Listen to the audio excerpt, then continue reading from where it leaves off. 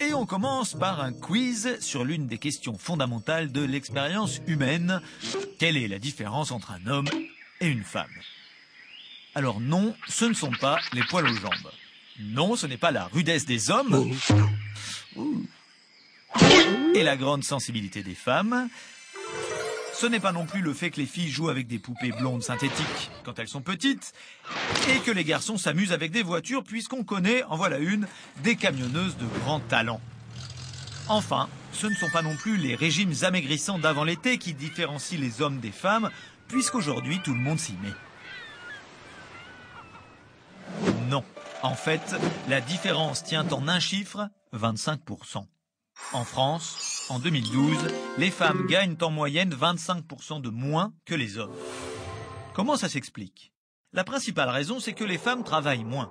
Attention, entendons-nous bien, c'est le cas parce que trop souvent, on ne leur propose, pour ne pas dire impose, que des emplois à temps partiel. Pensons aux caissières de supermarché. Vous connaissez beaucoup de gens qui ont envie de travailler 20 heures par semaine, 6 jours sur 7, un peu le matin, rien l'après-midi et le lendemain pareil, mais à des horaires différents? L'une des raisons de ce temps partiel imposé aux femmes, c'est qu'au début des années 90, les entreprises qui embauchaient des salariés à temps partiel recevaient des aides de l'État. Aujourd'hui, c'est devenu une habitude, notamment dans le commerce et l'industrie agroalimentaire, parce que des petits contrats de travail, c'est plus flexible pour l'employeur. Autre explication, les femmes gagnent 25% de moins que les hommes parce qu'elles travaillent majoritairement dans des secteurs où les salaires sont plus faibles, comme le social, les services à domicile ou la grande distribution. Enfin, la dernière explication est, comment dire, toute crue, il s'agit ni plus ni moins que de discrimination. À poste, temps de travail et responsabilité égales, les femmes gagnent souvent moins que les hommes. Alors on n'est pas là pour faire le procès de la moitié de l'espèce contre l'autre, mais pour essayer de changer les choses. Quelques mesures simples permettraient de changer la donne. C'est le cas par exemple avec les primes de présence en vigueur dans de nombreuses entreprises.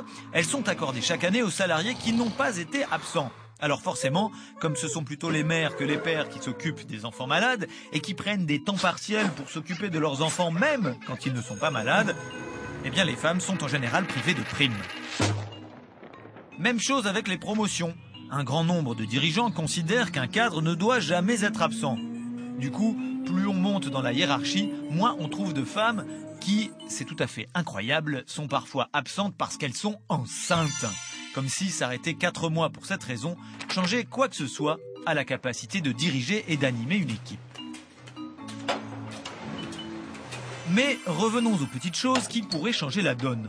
En programmant les réunions uniquement avant 18 h, on permettrait aux femmes d'y participer plus facilement. Et notons que la mesure bénéficierait aussi aux hommes qui pourraient du coup, par exemple, participer à la réussite de leurs enfants ou de leur vie de couple. Du côté des pouvoirs publics, on ne peut pas dire les lois pour promouvoir l'égalité professionnelle ou la parité existent. La première date de 1972. Sauf que les sanctions pour non-respect de la loi ne sont jamais appliquées, en général à la demande des patrons, qui ont en effet toujours une bonne raison.